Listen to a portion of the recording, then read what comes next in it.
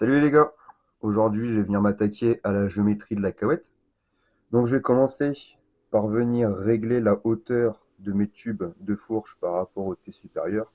Il y a une donnée dans la doc technique constructeur, il faut que ça soit juste à fleur du T supérieur. Ensuite je vais venir régler mon guidon pour qu'il soit bien droit par rapport à la moto, pour venir contrôler l'alignement de la roue par rapport au cadre. Donc pour venir régler la hauteur des tubes de fourche, normalement, on doit retirer le capuchon et venir mettre à fleur du T supérieur. J'ai la flemme, donc du coup ce que je vais faire, c'est que je vais venir contrôler au pied à coulisse la différence de hauteur entre les deux, et je vais venir régler la même hauteur droite et gauche, tout simplement. Ici j'ai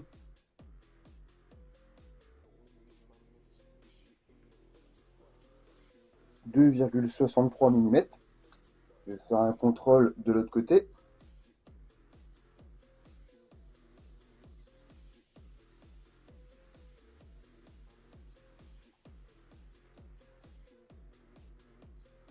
« 2,53 également. Alors que de l'autre côté, «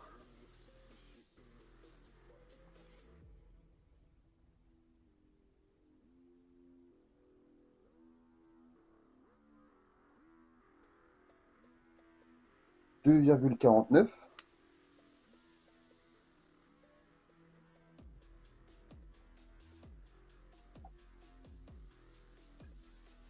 « 2,41. Est-ce que ça vaut le coup de se faire chier? Je ne pense pas. Parce qu'il me semble qu'au montage, j'avais déjà en plus mis à niveau. Donc je vais pas me faire chier. C'est très bien comme ça. On n'y touche pas. Pour le réglage du guidon, enfin je dirais plutôt le réglage du T supérieur, parce que mon T supérieur doit être bien perpendiculaire par rapport au reste de la moto. J'ai remis le guidon d'origine parce que l'avantage, c'est qu'il y a une partie filetée qui est juste ici.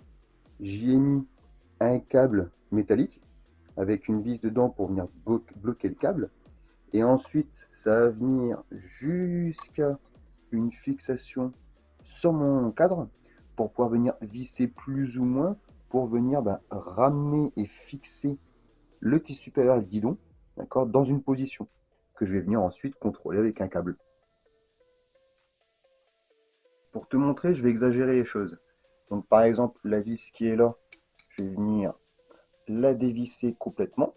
Enfin pas complètement, mais quasiment. Je resserre le contre-écrou qui est juste en dessous. Et comme ça ne bougera plus.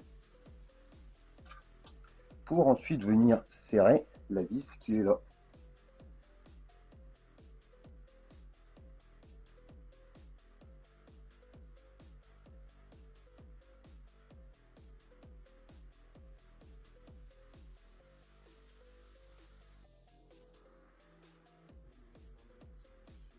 Et bien sûr, son contre-écrou.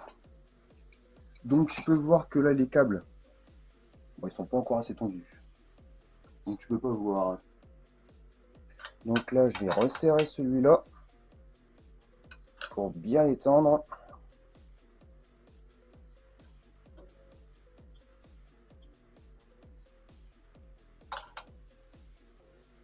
Voilà ici.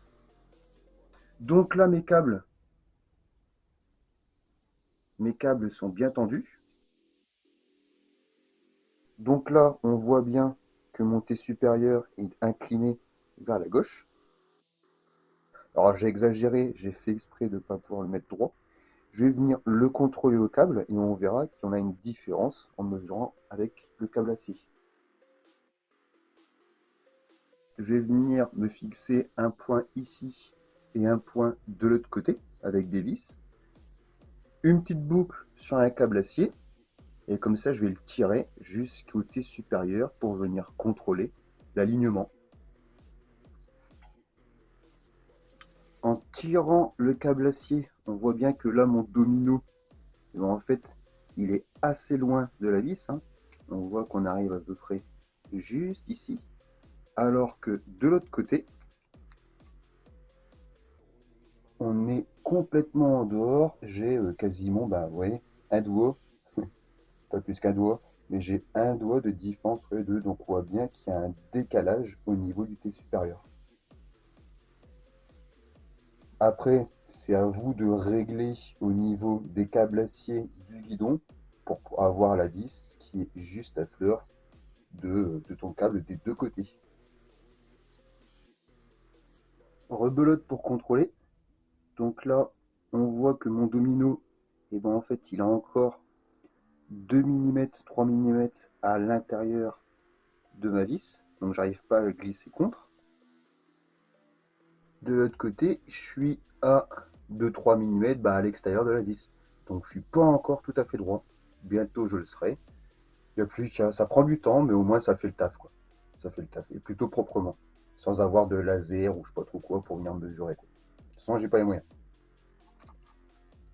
Après des heures d'essayage, honnêtement ça a été plutôt vite parce que je connaissais ma distance, mais tu vois que là mon domino il est juste contre la vis. Je tire sur le câble, il est juste contre la vis. Et de l'autre côté, c'est la même chose. De l'autre côté, je tire sur le câble et il vient juste contre. Impeccable. Donc mon montée de fourche est bien droit par rapport à mon cadre. Après, bien sûr, bon, rien n'empêche le ressenti sur la moto. Tu verras par toi-même que parfois, j'ai roulé pendant 6 mois avec un cadre plié. Je sentais que mon cul partait un peu de travers, quoi. Ce qui est difficile maintenant, c'est de trouver le centre du cadre. Pour pouvoir avoir le centre du cadre, j'ai pris des fers carrés que je suis venu poser contre un tube du cadre, bien à plat, pour descendre jusqu'à ras du sol. J'ai pas vraiment touché le sol pour regarder un peu à fleur, et si la bécane elle commence un peu à gesticuler, au moins il est libre et il repose pas au sol. Tu vois que je peux le bouger légèrement. C'est pas l'idéal, on n'est pas non plus au dixième de millimètre près, sans je pourrais pas faire mieux. Mais tu peux voir que ça se pose plutôt bien. Je vais zoomer dessus.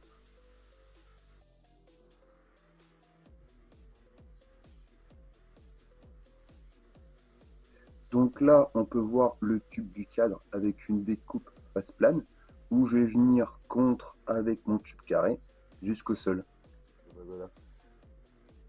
Même chose pour l'autre côté. En plus de ça, je vais contrôler que je sois bien à 90 degrés par rapport à mes deux références pour qu'elles soient bien parallèles. Là ici, je suis à 0,3. 0,3, 0,25, 0,35. Celle-là, elle est quand même pas mal droite. 0,30, 0,25, 0,30, 0,30, 0,30. Celle-là, elle est pas mal droite, celle-là.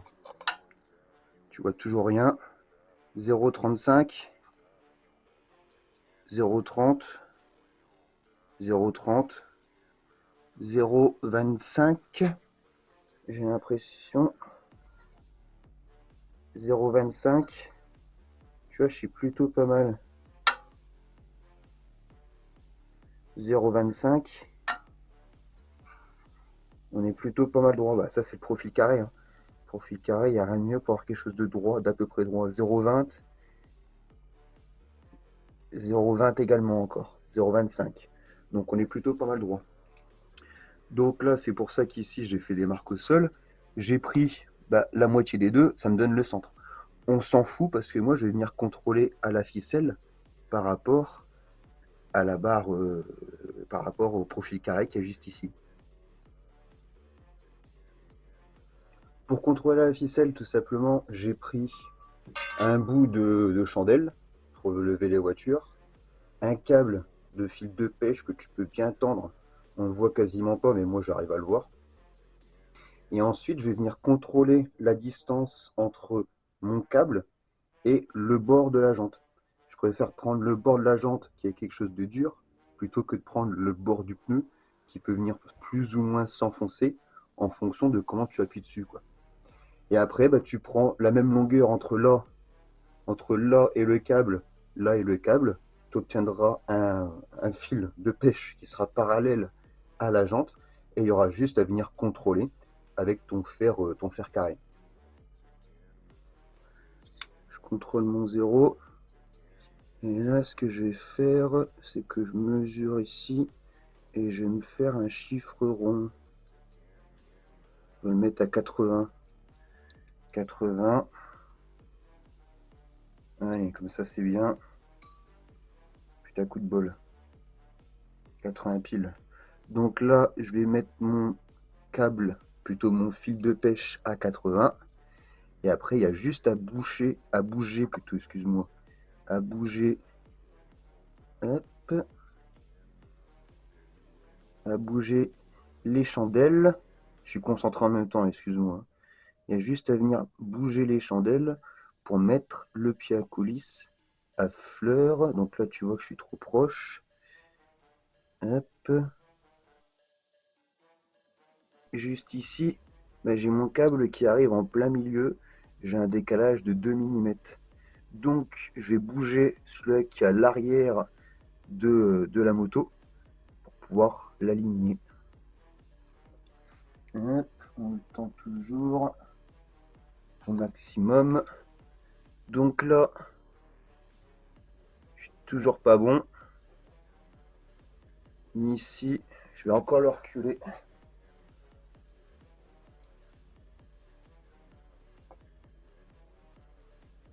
Là, je suis pile poil à ras. Pile poil à ras. Je me mets contre. Et là, on voit que le câble, il est en dehors de 2. Alors que de l'autre côté, hop, le câble, il vient pile poil à fleur. Donc, je vais redécaler l'avant pour le mettre pile poil dessus. Ce qui va bien sûr décaler l'arrière. Mais petit à petit, tu vas finir par avoir quelque chose qui sera pile poil ce que tu as besoin. Donc là, tu vois que j'ai trop décalé. Voilà. Là, je suis encore au-dessus. Putain, on voit que dalle. Alors, attends, hop.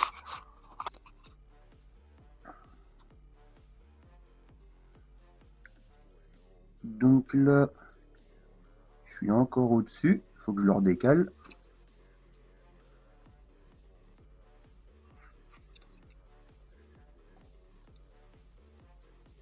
Putain, j'ai trop décalé.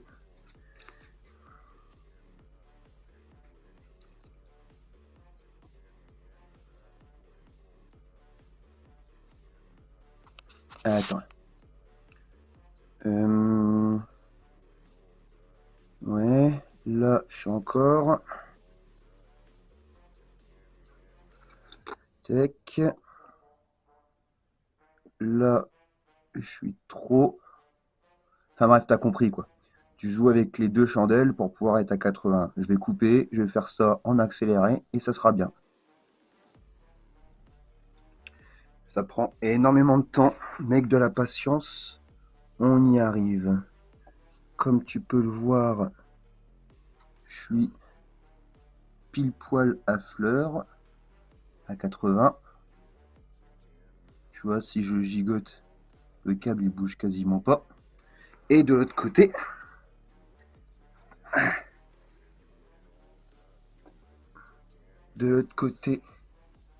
même chose. Tu vois, je suis pile poil à fleur. Si je touche le câble, il gigote légèrement. Donc là, c'est absolument pas le moment de shooter dans les chandelles qui sont devant et bien sûr également de l'autre côté, juste derrière. Donc là, j'ai un câble qui est parallèle à ma roue avant. J'ai juste à venir mesurer entre mon câble, dégage-toi, entre mon câble et la barre perpendiculaire à mon cadre pour venir contrôler la distance. Et ce qui est chiant, c'est qu'il faudra faire exactement la même chose de l'autre côté. Donc juste ici, on voit mon câble. Il ne faut surtout pas que je le touche et que je décale tout. Donc, J'ai réglé à 80. Ici, il faut juste que je contrôle entre mon câble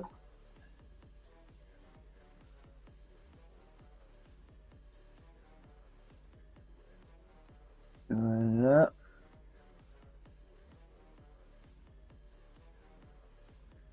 Là.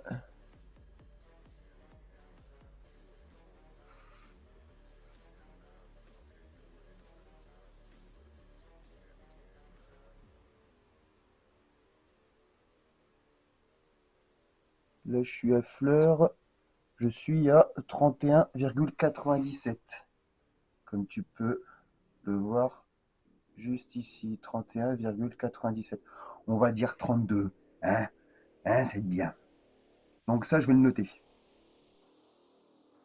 Côté gauche, je suis pile poil à fleur. Je peux gigoter. Hop, ça bouge à peine le câble. De l'autre côté, même chose. Je suis également pile poil à fleur. Il n'y a plus qu'à mesurer, comme tout à l'heure, au niveau de la barre carrée là-bas. Instant de vérité. Alors, hein.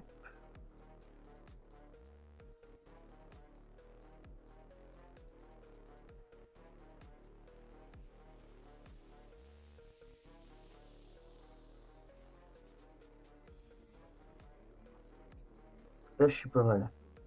Et je suis à... Putain, j'ai touché le film, non, c'est pas grave, on s'en fout. Je suis à 30,43 approximativement. En bref, ici, j'ai mon pneu avant. Là, c'est la barre que j'ai de chaque côté de mon cadre. Donc là, j'ai ma ficelle en bleu qui est à 80 du pneu. Et là, j'ai la distance que j'ai entre la ficelle et les barres. J'ai 32 d'à côté, 30,5. Ça veut dire que là, j'ai un delta, delta de distance de 1,5 mm.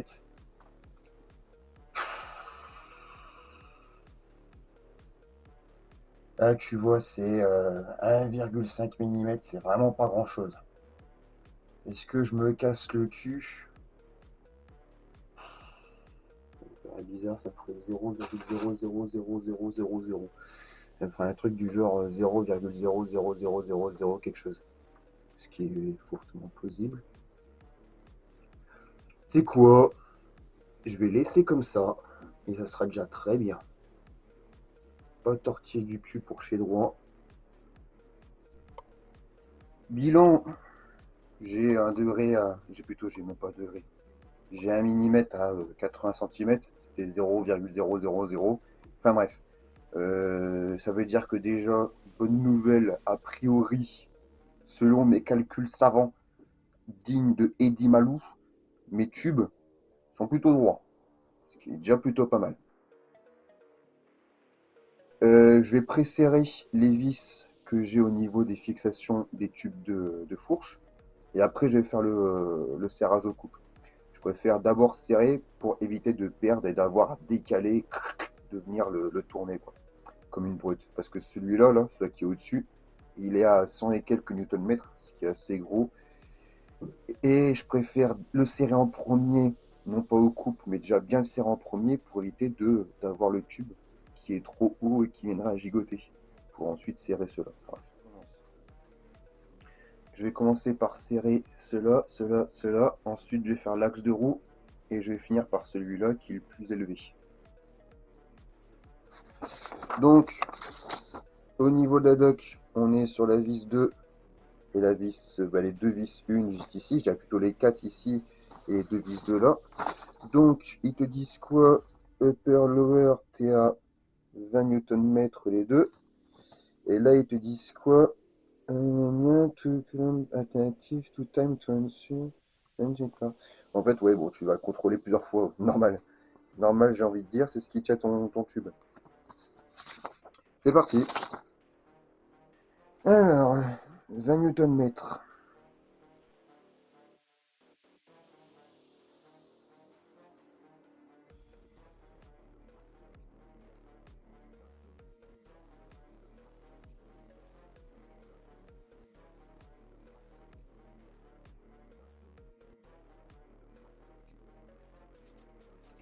Les deux duos, même chose. Je vais quand même le contrôler deux fois, sait-on jamais.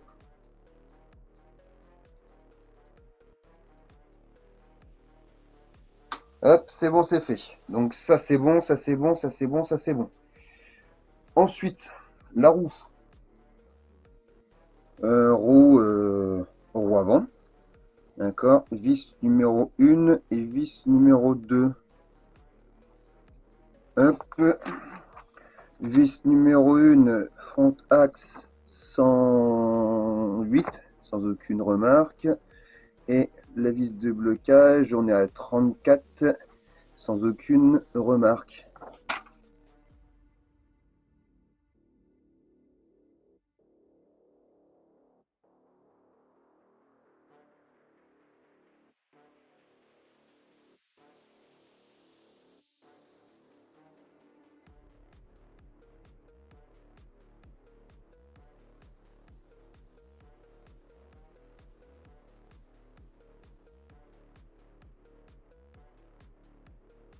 Et donc là, 108